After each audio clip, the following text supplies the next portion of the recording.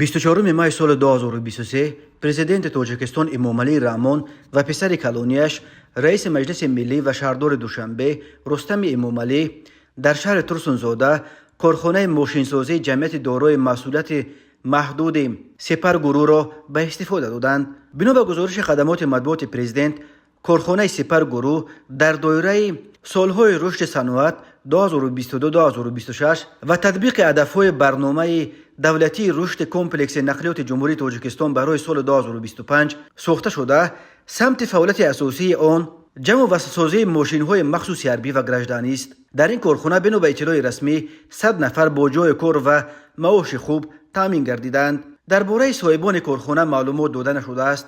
تنها گفته شده است که آن در همکاری با شریکان رشد تأسیس یافته است و در این کارخانه نوبنیاد در مرحله اول با وارد نمودن قسم‌های علایده از خارج مملکت جمع و وصل 17 نمود نقلیات مخصوص برای مانده شده است که در آینده این نشانداد باید افزایش داده شود. طور اطلاع داده شد قسم‌های علایده برای آماده نمودن نقلیات مخصوص حربی و گردشدنی اساساً از شرکت استریت گروپ امارات متحده عرب دسترس می‌گردند. اقتدار سالانه کارخانه نو صنعتی جمع و وصل 120 نقلیات بوده.